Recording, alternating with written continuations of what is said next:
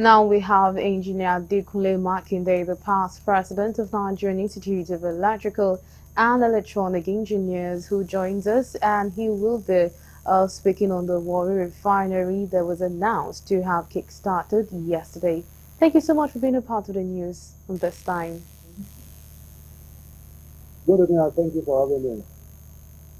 All right, so quickly, NNPCL announced yesterday that Warri Refinery has begun operations.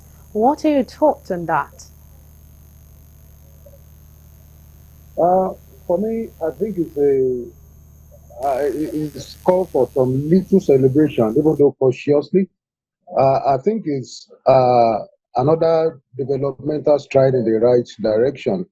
Yeah, it could have been long overdue. Yes, it should have come a long time ago, but I think at the same time we need to, give some flowers, some little flowers to the present administration because it seems as if they are treading where almost nobody has been able to tread.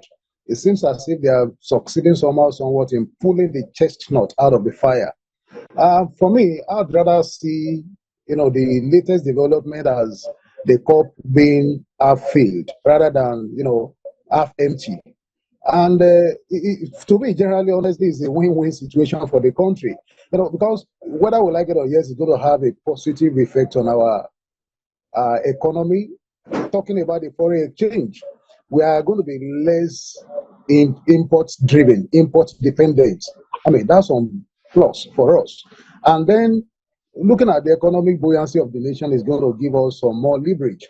In the recent past, we saw the Praco refinery coming up, and after Dangote kickstarted his own operation in Lagos. And in less than 2 months, you can see the market forces at work. You can see the market-driven economy concerning the oil sector. You can see the price little by little coming down, even though some still are yearning for the old price of probably 167 or 200 or 300 or whatever. But then it is a work in progress as far as I'm concerned. And definitely the positive impact, if you look at the economy of the people in the host communities, I can tell you that they are already getting better for it. They are feeling the impact, they are having the positive. Go to Element today, go to Alessa today, even before we come to Warri, go and find out what is happening there. The artisans, people that, especially people that are involved in building projects, they are getting more jobs right now. The people that are involved in trading, they are having more businesses, they are earning more income. And so when all of this happen, it has a kind of a ripple effect on the general economy because there is going to be less trouble on the road. People are going to have little or no time now, for ventures that are not very profitable. People are profitably engaged in their businesses. So, by and large, I think it's a very, very good thing for the country. All right, so to some Nigerians, the coming of Dangote Refinery has, suddenly revived the NNPCL, whose activities have been on a downward trend before now. Do you subscribe to this view? You see, the coming of Dangote Refinery is another good thing to happen to the Nigerian nation and the Nigerian economy. Now, the way it is presently, we are not yet where we are supposed to be. Yes, Paraco Refinery is up, Dangote Refinery is up, and if you look at it critically, because of the market forces at play, there has been a little bit of downward review in the cost of PMS. Yes, it is, for me, from what I can project, it's going to be a continuous exercise. Of course, the international price of crude, the per barrel uh, price is there. International events happen in the Gaza Strip and all over the world. They are also there that will naturally, and of course, the cost of businesses all over is going to generally affect all of this. But we can see what is happening here right now because there is no. Dangote is saying, okay, he came around, trying to do the monopolistic usual stunt. But the independent marketers decided that, look, we are going to be importing. And they decided to import. And at the end of the day, they are saying that, look, the price of their own crude is less than what Dangote is giving out. Dangote came out to say, oh, maybe what they are giving out is of less quality.